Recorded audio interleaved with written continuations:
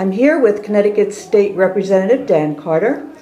We'd like to know what your campaign issues are that you feel are most important in Connecticut. Well, thank you very much for asking. I think the most important thing is looking at the state's economy, as we have tried to address this in the past 6 years or so. In fact, many years we've been trying to address the same problems because there's really been one group of folks running what's happening in the state for a very long time. And of course, what the economy that we're looking at in Connecticut is lagging behind everybody else. Obviously, some places have had economic recovery, Connecticut hasn't. And those are in due large part to some of the huge tax increases that we've had under Governor Malloy. In 2011 was the largest tax increase in history in the state of Connecticut. It was basically a $3 billion deficit, and they made most of it up with taxes. The same thing is looming on our horizon next year. Nobody really talks about it. We have another $3 billion deficit looming, and we've already robbed all the funds where we can get money from. We've raised many of the taxes. We've raised many of the fees. If we're not willing to take a look at spending in this state, we're still going to be in the same hole we're in for a long time. Now, to do this, I think it takes bipartisan leadership. I think it takes common sense leadership. I've talked about this for a long time. When bills come to me, I work very, very hard with the other side to make sure these bills are good and in the best interest of the state. In fact, I'm on the General Law Committee as a ranking member, and on that committee, it's recognized as the most bipartisan committee we have. We get hundreds of good bills through. Now, recently, I was criticized for, out of 29 votes on Project VoteSmart, I voted no on all of them except 3. Ladies and gentlemen, I encourage you to go to Project VoteSmart, take a look at what the bills are. Not just the title, because the titles can be deceiving, but look at what the actual bills are. That bill included the tax increase, so I guess my opponent does support Malloy all the way. It included the transgender bill, which, while it may be an okay idea to give transgender expression the same classification as sex and gay and anti-discrimination, it did not have adequate protections against sexual predators. So I voted against that bill. Among many others, including campaign finance reform. Ladies and gentlemen, take a look for that for yourself. You'll find that over these years representing your issues, I've been a common sense leadership kind of guy. I hope you'll support me November 4th. I understand you're on several committees, one of them being public health. Is that correct? I was on public health the first 2 years. I was in the legislature. Okay. And the second 2 years I was on general law, energy and technology, and banks. Okay, my question is, how do you touch on issues about the environment? What do you feel are concerns of local citizens about the environment? I think, with respect to the environment, obviously we have to be good stewards of our environment. There's no question about that. Some of the concerns locally, I think, has been basically water concerns. As you know, in Bethel, a year ago, they were looking at selling off the municipal water to Aquarion, one of the large companies. Now, in fact, we'll talk about the environment. The state, there was a bill for a water resource plan. What happens right now is the state looks at these plans and decides across the state how we're going to manage water resources.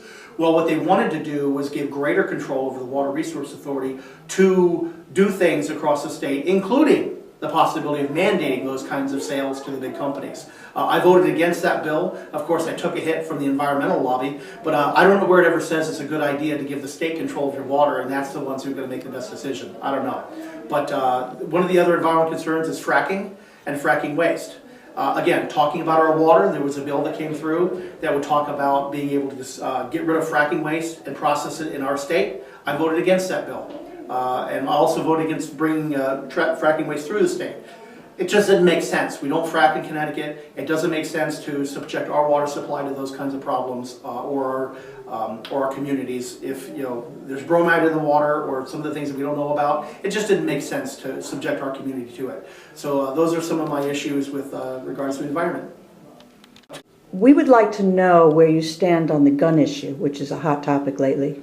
Sure. Guns have obviously been a huge issue since Newtown, and it's important to make sure that the truth is known. So I'll tell you where I stand. Number one, I believe in background checks. That totally makes sense to me. And the fact that the National Congress and Senate haven't been able to fix the NICS system is absolutely criminal in my mind. So I don't think background checks are going to solve all our problems, but what they do is they help us with the illegal transfer of firearms.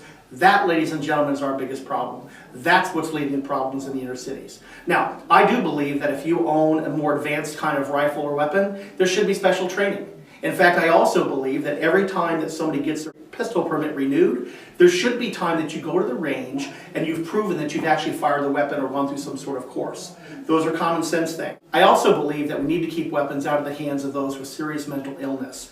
I'm the only legislator who actually proposed a law that would do just that, to make sure that something in Sandy Hook would never happen again. In fact, looking at all the laws that we passed, this gun law that came through Sandy Hook, I did not support that gun law. And I'll tell you why. Because with that law, the one thing that was the biggest problem was the fact that now we were classifying the AR-15 and guns like that as assault weapons based on just the position of a pistol grip of the gun. It was a political bill.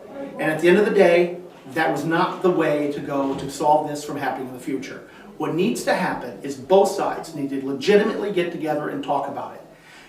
The left and the right both have dug in their heels and have their techniques to fight this battle. And meanwhile, the people in the middle who are really looking for things to be solved are the ones who are suffering. They're the people getting shot in New Haven and Bridgeport because of illegal handgun trafficking. And until we can actually come and do smart legislation that makes sense, we're going to keep having that problem. One last question. Over these past maybe year or two, we've had problems with the transportation system, namely the Metro North or even road construction. What would you suggest happen to improve that situation?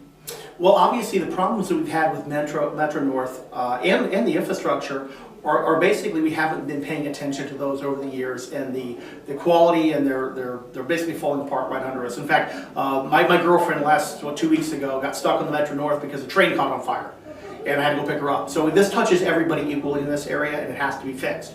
It is a question of funding. It's a question of funding, not only Metro North, but also New Haven line as well. So I think it's important that we look at all the lines in the state and look at ways we can upgrade them. We have to fund the improvements on the Danbury line. I think it's imperative because it's a huge economic boom to our area if we can have that line running again. Part of that funding comes from Special Transportation Fund and other funds. What's happened in the state is because we have taken all that gas tax and we dump it right into the general fund, and we take it out for certain things, but we leave about $100 million of that a year in there. And that gets spent on who knows what half the time. We need to get that money back into our transportation system. The governor and the administration also robbed the Special Transportation Fund trying to pay for the budget. We can't allow that to happen anymore. We have roads, we have infrastructure that needs to be fixed desperately, and we're working to focus on that. Do you feel that there was a disconnect in communication all around regarding, we'll stay on the Metro North issue or the transportation issue? Well, I don't know so much if it's a disconnect in communication. Obviously, when these problems are happening so frequently, they're trying to cover their tail and they're trying to communicate it as fast as they can, obviously.